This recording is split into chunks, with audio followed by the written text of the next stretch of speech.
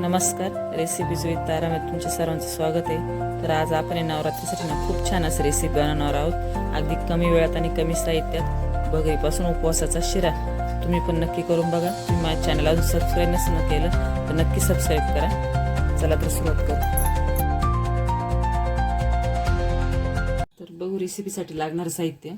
इथे मी 1 वाटी बगर घेतली आणि इथे अर्धी वाटीला कमी थोडी साखर घेतली आणि इथे दूध घेतलंय आणि अजून आपण त्यामध्ये थोडं अर्धी वाटी पाणी मिक्स करणार, म्हणजे 1.5 वाटी आपल्याला दूध आणि पाणी मिक्स लागणार आहे.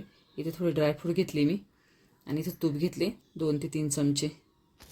सगळ्यात पहिल्यांदा आपल्याला बगर स्वच्छ अशी धुवून घ्यायची. त्याच्यात काही खडाबिडा असेल तर ते मग खाली तळायला अशी घुळून पण घ्यायची धुवून आपल्याला ती. आता मी गॅसवर एक पॅन गरम करून घेतलाय, त्यामध्ये आपण निम्म तूप घालून घेणार यातलं आणि त्यामध्ये आता ही बगर घालून बगर आपल्याला 5-1 मिनिट तुपावर चांगली परतून घ्यायची. तुपावर आपण चांगली 5-1 मिनिटं छान अशी हलत राहून परतून घ्यायची. इथं थोडा कलर चेंज होतो. आता हे आपण ड्रायफ्रूट घेतले हे पण यामध्येच आपण थोडे भाजून घेऊ, क्रिस्पी करून घेऊ.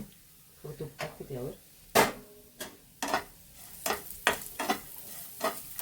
खूप छान अशी रेसिपी. आपण आता काय तिखट खालतो 9 दिवसात, तर थोडासा नाश्त्याला सकाळी म्हणून उपवासाच्या दिवशी छान अशी रेसिपी. तर आता आपली बगर पण छान अशी भाजून झाली. आता त्यामध्ये आपण जे दूध घेतले असं मलाई साहित्य घालून घ्यायचं.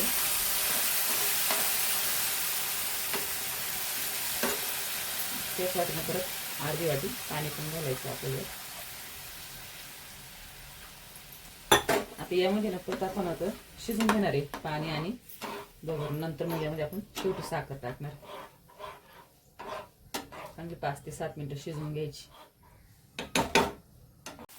तर आता छान अशी आपल्याला याच्याबरोबर शिजून झाली आपली बगर दूध आणि पाणी टाकून. आता कोरडी पण झाली. आता यामध्ये आपण साखर घालून घेऊ. साखर तुमच्या आवडीनुसार तुम्ही कमी जास्त करू शकता, कितपत गोड पाहिजे त्यानुसार. आता साखर टाकल्यानंतर हे परत सैल होणार आहे. परत आपल्याला परतवून घ्यायची होती. तर आता साखर टाकल्यावर पण आपण छान असं परतून घेतला. आता यामध्ये जे चमचं तूप ठेवले आपण शिल्लक शेवटला ते टाकायचे. तुम्ही बघू शकता साहित्य पण एकदम कमी आहे आणि खायला पण वेगळी अशी रेसिपी आहे. टेस्टला पण खूप छान. एकदम प्रसादाचा कसा शिरा होतो असा हा शिरा बनवून तयार झाला आहे. एकदम दाणेदार. तुम्ही पण नक्की करून बघा. खूप छान अशी रेसिपी. तर आता आपला शिरा तयार झालाय. गॅस बंद करू.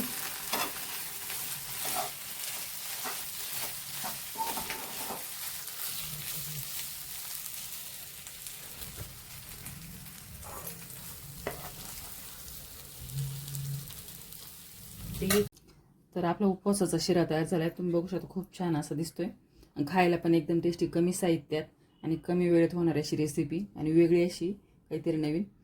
तर तुम्ही पण नक्की करून बघा. व्हिडिओला लाईक करा, चॅनलला सबस्क्राईब करा. व्हिडिओ पाहिल्याबद्दल सर्वांचे धन्यवाद.